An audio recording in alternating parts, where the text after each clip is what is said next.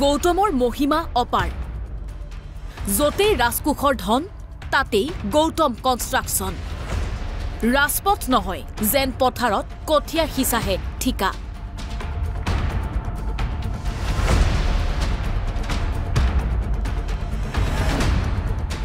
ধুবুৰীৰ চাপৰ ৰাজহ চক্ৰত লুণ্ঠনৰ চৰম সীমা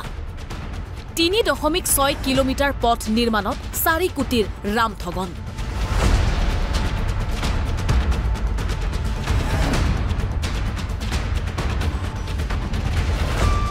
ৰাইজৰ কাঠগড়াত পুনৰ চৰম বিতৰ্কিত গৌতম কনষ্ট্ৰাকশ্যন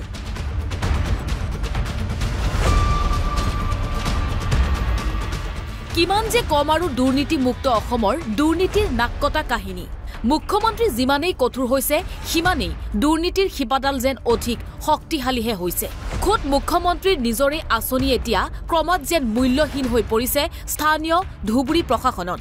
চৰকাৰী নীতি নিৰ্দেশনাৰ জলাঞ্জলি দি কেৱল টকা ঘটাৰ খকত আইন কানুন সকলো মুকলিকৈ পাহৰিলে চৰকাৰী দৰমহাৰে পেট নডকা হোৱা একাংশ চৰকাৰী কৰ্মচাৰীয়ে যেটো মানে পিডব্লিউডি কনষ্ট্ৰাকশ্যনৰ যেটো পথ পকীপথ নিৰ্মাণ আঁচনি তো এই কামটো চলি আছে মুখ্যমন্ত্ৰী পকীপথ নিৰ্মাণ আঁচনিৰ অধীনত 2022-23 তো আমি দেখিবলৈ পাইছো যে এইটো এটা ব্যাপক ব্যয়বহুল এটা আঁচনি তেওঁলোকে আমি ইয়াৰ যেটো মানে তেওঁলোকৰ যেটো এমাউন্ট এটো আমি দেখিবলৈ পাইছো 4 কোটি 17 লাখ টকাৰ এমাউন্ট গতিকে ইমান ব্যয়বহুল এটা আঁচনি আজি জেনেকে নিৰ্মাণ কাৰ্য চলিছে আৰু এই কামটো কৰিছে ঠিকাদাৰ হৈছে জয়চান্ত লাল সিংহি মানে গৌতম কনষ্ট্ৰাকশ্যনৰ কাম এইটো তো গতিকে এই নিৰ্মাণ কাৰ্যটো ইমান খেমাহি আৰু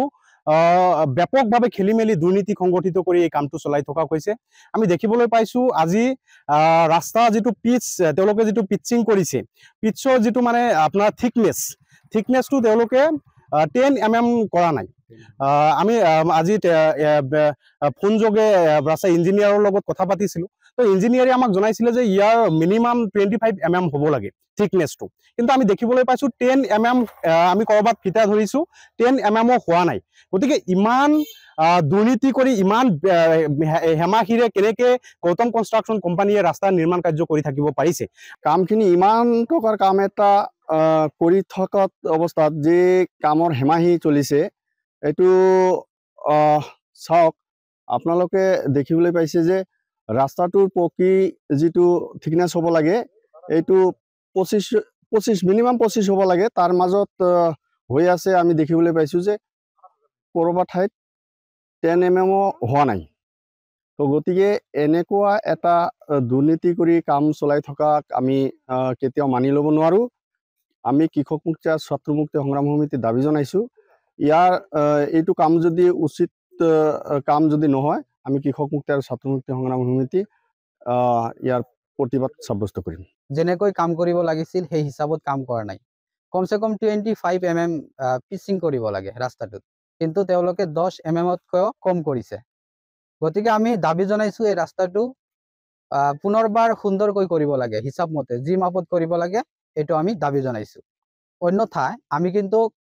আগৰ যদি পুনৰ ভালদৰে নিৰ্মাণ কৰা নহয় আমি কিন্তু ইয়াক আন্দোলন কৰিবলৈ বাধ্য হ'ম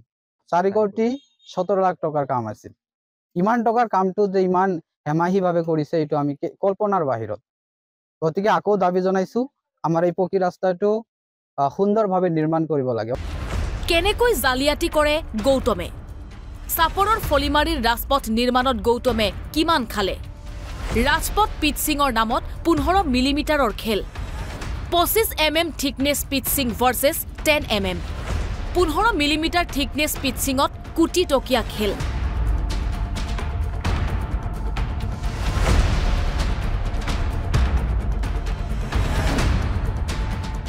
গৰজা সিংহৰ ৰূপত ঠিকাদাৰ জয়চান্দ লাল সিংহি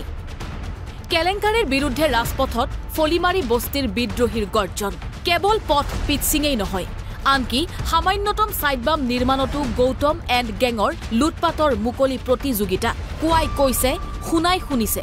বল এতিয়া মুখ্যমন্ত্ৰীৰ কাৰ্যালয়লৈ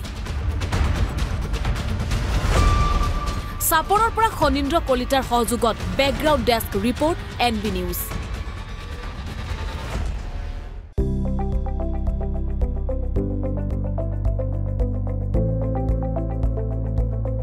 NB নিউজ, সহজ সৰল ভাষাত নৱভাৰতৰ কথা।